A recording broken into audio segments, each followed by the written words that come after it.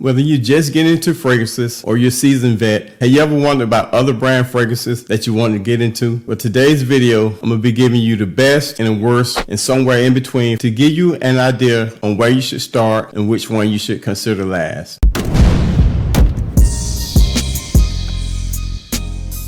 Today I'm going to go over 4 brands, 3 niche, 1 designer brand. I'm going to give you the best from each house. I'm going to give you the worst from each house. But granted, I don't own every fragrance, but when I say worst, I'm saying that last ones you want to start a collection with. Now the first brand, I own 13 of these fragrances, and that brand is AMOUAGE. Now to me, the best one from that brand or the house is Jubilation 25. Now this has the perfect amount of berries and fruits added along with some darkness and touches of smoke that makes the hype real for this fragrance. And it's one, if you wanted to dip your toes into the house, I think you should start with. Very sweet, fruity, dark, smoky. The hype is real, and that is Jubilation 25. Once again, when I say worst, they're not bad fragrances, but these are the ones that you should start last with. And the worst from the house out of the 13 that I own is Imitation. Now, don't get me wrong, this is a good smelling fragrance. It's one that smells good, but it's one I don't want to smell like. I would prefer to smell it in like a department store, furniture store, even my home, and that is Imitation AMOUAGE. Now, the one in between, I understand why people love this fragrance because it's a very nice fragrance, but for some reason the florals,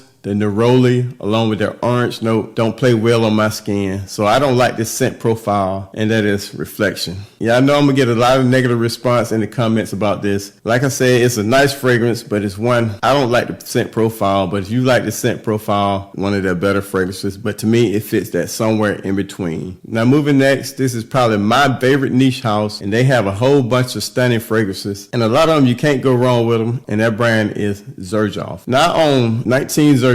I had a hard time choosing between Alexander Oriental, but instead, the best of the house goes to Dos Amalfi. For those who haven't got their hands on this is probably one of their most mass appealing fragrances, but at the same time being very unique. It's like a juicy fruit chewing gum smell that adds a lot of brightness, but you have some cloves in it that kind of give some spice and darkness. So to me, this makes the best from Xerjoff. I could have went in a lot of directions, but as of the day, I'm going with Dos Amalfi. Now, of the 19 fragrances that I own from Xerjoff, the worst would come in as the Dawn. It's not a bad fragrance, it's just a simple fragrance. Smells more like a oud note gone bad, what they consider a gunpowder note. You get some sweetness. It's a nice fragrance, but nothing unique. A lot of sweetness added with some oud in my opinion, but it's nothing earth-shattering, but one you might enjoy, the Dawn. Now for the somewhere in between fragrance, don't get me wrong, this is a very nice smelling fragrance, but the thing about it is too mass appealing in my opinion to be a niche fragrance. It smells like a high-end Armani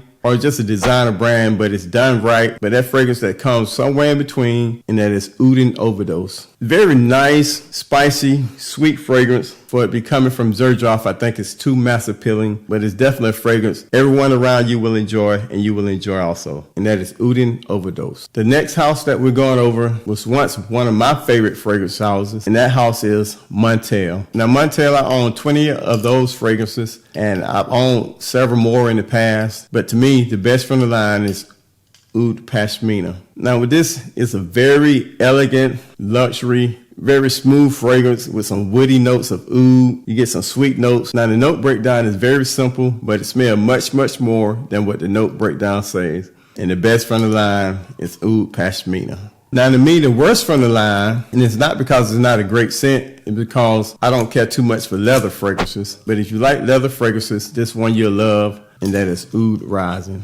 Now this is just a leather fragrance with some sweet notes, some spicy notes, and some woody notes. It's very smooth, and that is Oud Rising. Now the one that comes in somewhere in between, you don't get the typical Montale performance that you get on the rest of them. And there's also a fragrance that's hard to find from the Montale line, and that is Oud and Pine. Now you get a lot of green notes, you get some powdery notes, some spices. It's a nice scent, and the reason it made the in-between line because of the performance. You get about 6 hours on this, but it's just a nice green, powdery, spicy scent. One I think you'll enjoy, and that is Oud and Pine. Now before I go over this last house, if you want to see part 2 of this video, let me know in the comments. And if you like this video, give it a thumbs up. And if I get enough people saying they want a part 2, and I'll make a part 2 of this video. Now, the last fragrance brand that we're going to do is a designer brand. And to me, I think it's an underrated brand because they make some lovely, nice fragrances. And that is coming from the house of Valentino. And to me, the best from their line is Valentino Uomo Intense. Now, this is an Irish-dominated fragrance. You get hints of leather in the background, some spices. Very nice fragrance that's made for dressed up, just looking your best, smelling good. And the best from this line is Valentino Uomo Intense, one that I think you will enjoy from an underrated house. Now, to me, the worst one from this line, of the 5 that I own, it got to be Born Aroma Coral Fantasy. Now, don't get me wrong, this is a very nice fragrance, but I smelled this fragrance done over and over by different companies. But it is a nice fragrance, but I think it's been overdone with some different nuances of notes here, notes there that make the composition a little different, and that is Born Aroma Coral Fantasy. Now, the fragrance that gets somewhere in between on this is a very nice summer fragrance, and it's going to smell unique. You get a lot of tomato leaf in it, and that fragrance is